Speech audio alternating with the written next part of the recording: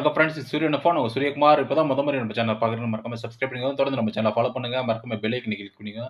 அப்பதான் நான் போட போற வீடியோஸ் உங்களுக்கு நோட்டிஃபிகேஷன் வந்துட்டே இருக்கும். இப்ப எத குறித்து பார்க்க போறோம்னா, வாரிசு சர்டிஃபிகேட்ட பத்தி ஒரு சிறிய விழிப்புணர்வு தகவல் தான் பார்க்க போறோம். ஏற்கனவே நம்ம கம்யூனிட்டி சர்டிஃபிகேட்ட பத்தி நிறைய விழிப்புணர்வு பண்ணியிருக்கோம். அதேபோல முதல் தலைமுறை பட்டதாரி சர்டிஃபிகேட்ட பத்தி நிறைய விழிப்புணர்வு பண்ணியிருக்கோம். மறுபடியும் ரிப்பீட்டடா வாரிசு சர்டிஃபிகேட்ட பத்தி விழிப்புணர்வு பண்றோம். ஏன்னா, அது நிறைய பேருக்கு இஷ்யூவா இருக்கு. அதாவது வாரிசு சர்டிஃபிகேட் வாங்கணும்னா முதல்ல டெத் சர்டிஃபிகேட் வாங்கணும். டெத் சர்டிஃபிகேட் வாங்கிட்டு அதுக்கப்புறம் தான் வாரிசு சர்டிஃபிகேட் வாங்க முடியும்.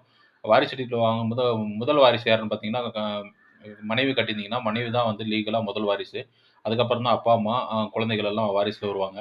அதுவே 2 மனைவியா இருக்கிறவங்களுக்கு பார்த்தீங்கன்னா, இதுக்கு முன்ன 2 மனைவியா இருக்கிறவங்க கோர்ட்டுக்கு போய் தான் வாங்குற மாரி இருந்துச்சு.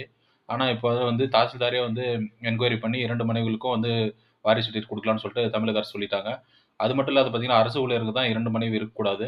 மத்தவங்கலாம் 2 மனைவி இருக்கிறவங்க எல்லாமே வாரிசு சர்டிஃபிகேட்ல 2 மனைவி இருக்கிறவங்க கூட தாசில்தார்கிட்ட சொல்லி வாங்கிக்கலாம்.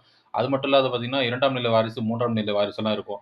அது 2ஆம் நிலை வாரிசு சர்டிஃபிகேட், 3ஆம் நிலை வாரிசு சர்டிஃபிகேட்லாம் கோர்ட்ல போய் தான் வாங்க முடியும்.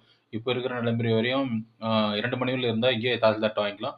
மத்த நான் சொன்ன லீகல் ஹையர்ஸ் பார்த்தீங்கன்னா, ஃபர்ஸ்ட்டு முதல் மனைவி, அப்புறம் பசங்க, அப்புறம் அப்பா, அம்மா அவங்க எல்லாருமே அதுல வருவாங்க. அவங்க இதெல்லாமே அ சேர்த்து நீங்க வாரிசு சர்டிஃபிகேட் வாங்கும்போது தான் உங்களுக்கு அ ஈபி நேம் ட்ரான்ஸ்ஃபரோ இல்ல அ அ பென்ஷனுக்கோ, இல்ல கருணை அடிப்படை வேலைக்கோ, இல்ல நிலம் ட்ரான்ஸ்ஃபர் பண்றதுக்கு உங்க பேர ட்ரான்ஸ்ஃபர் பண்றதுக்கு, இது எல்லாமே வாரிசு சர்டிஃபிகேட் ரொம்ப லீகலா தேவையான முக்கியமான ஒரு டாக்குமெண்ட்.